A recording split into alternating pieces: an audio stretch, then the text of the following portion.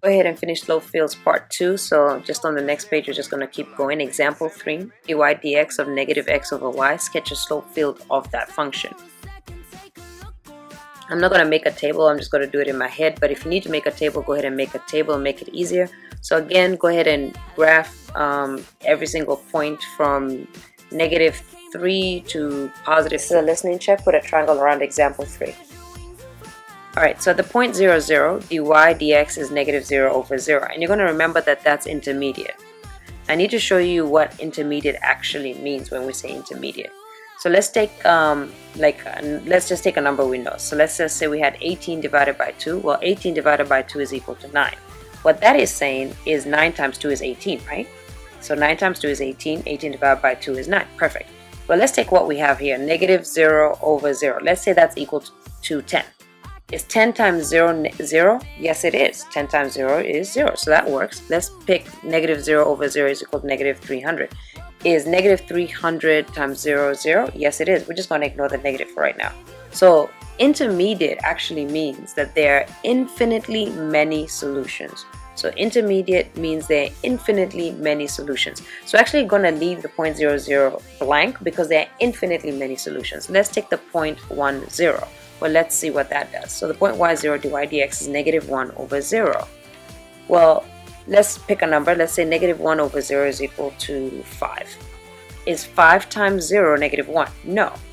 Alright, let's pick negative 300. Is negative 300 times 0 negative 1? No. So this is no solution, an empty set. And what we know from algebra is that that is actually called undefined, right? Because you can't, 1 divided by nothing is undefined. Well, how do you graph undefined, just from algebra? How do you graph an undefined slope? This is a listening check. Color in undefined, no solution. Color in undefined, no solution. It's a vertical line. So we're going to put vertical lines anywhere where y is equal to 0. So anywhere where y is equal to 0, we're going to put vertical line because it's dividing by 0. Intermediate, we're going to leave it blank. So where y is 0, those are all vertical lines. And if you find the pattern, you can graph these pretty quickly. Alright, let's pick a different point. Let's pick 0, 1, for example. 0, 1. So let's see what happens on the y-axis. Well, 0, 1, you're going to get 0 divided by 1. 0 divided by 1 is 0. What does 0 mean? It means a 0 slope. It's horizontal. This is a listening check. Color in 0 slope horizontal. 0 slope horizontal. So anywhere where x is 0, we're going to graph horizontal slopes. Except 0, 0. We're going to leave that blank. So that's going to be horizontal. That's going to be horizontal. Because all these points, x is 0. But let's pick another point. 1, 1. See what happens. Negative 1 over 1 is negative 1. So that's going to be down 1, right 1. So let's try and see where all that's going to happen. So we're looking for same x and same y. So 2, 2, negative 1, negative 1, negative 2, negative 2. And if there was a negative 3, negative 3, it would be working. So let's take a look at another one. Happens at 1, negative 1. When x is positive and y is negative, it's going to be negative something over negative something, which is going to be positive. So the same numbers are going to be positive 1 over 1. But when x is negative and y is positive, so 2, negative 2 would also be the same thing. Negative, when basically the signs are opposite. So all of these are going to be 1, 1. And you can just plug in the numbers to check. I'm going to plug in 2, 1. So x is 2. So that's negative 2 over 1 is negative 2. So that's going to be down 2, right 1. Plug in 1, let's plug in 3, 2, so that's going to be negative 3 over 2, so down 3, right 2, somewhere like that. Plug in 3, 1, so that's going to be negative 3 over 1, so down 3, right 1. And pause the video, basically try and do these on your own and then make sure that you have it kind of similar to me. I'm just plugging it in.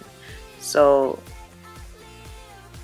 plug in negative 2, 1, so that's going to be negative, negative 2, so that's positive 2 over 1, so that's up 2, right 1. Negative, so that's going to be positive 3 over 1, so up 3, right 1. that's negative, so that's going to be positive, and then 2, so positive 3, and then write 2. This is a listening check. Underline the word sketch. Alright, 2, negative 1, so that's going to be negative 2 over negative 1, positive 2 over 1, so up 2, write 1. 3 over negative 1, that's going to be negative 3 over negative 1, which is up 3, write 1. 1, negative 2, that's going to be negative 1 over negative 2, which is up 1, write 2. 3, negative 2, that's going to be negative 3 over negative 2, which is going to be up 3, write 2. Negative 2, negative 1, that's going to be positive 2 over negative 1, that's down 2, write 1. Negative 3, negative 1, that's going to be 3 over negative 1, that's down 3, write 1. Negative 3, negative 2, that's going to be 3 over negative 2, so down 3, write 2. Negative 1, negative 2, that's going to be positive 1 over negative 2, so that's down 1, write 2. It looks like that. And what do you notice? What does this look like? This looks like circles. Okay, well, let's start off with a question. What could be the original function? And this sometimes is what they ask in your exam. So they either ask you to sketch it or ask you what the original function is. Well, the original function is a circle. And I can prove this by actually doing this, solving it, because this one is actually a separate differential equation. So let's solve it. I'll put the y's with the dy's and the x's with the dx's, and then take the integral. So we're going to get y squared over 2 equals negative x squared over 2 plus c. Then I'm going to multiply everything by 2 so I can kind of get rid of the fractions. This is a listening check. Put a box around a circle. Put a box around a circle. So that's going to give me y squared equals negative x squared. And then this 2 times c is just another constant, so we can just call it c.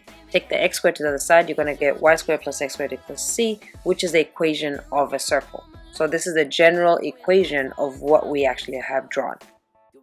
Alright, let's say we had part C says graph the curve that goes to the point 1, 1. Graph the curve that goes to the point 1, 1. Alright, so what does that look like?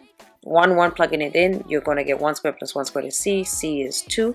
And remember, the general equation of a circle is x squared plus y squared equals radius squared. So that means the radius in this case is the square root of 2. So that's roughly 1.4. So we're going to graph what this looks like and see if we get a radius of 1.4 basically. Ignore the yellow circle, this listening check. Ignore that. If you draw that, I'm going to definitely duck you. So you go to the point 1, 1 and you go with the flow. If you go with the flow from the point 1, 1, you should have a circle that looks like this green one. But if you look at that radius, it looks roughly at 1.4, so I did that correctly. Let's practice.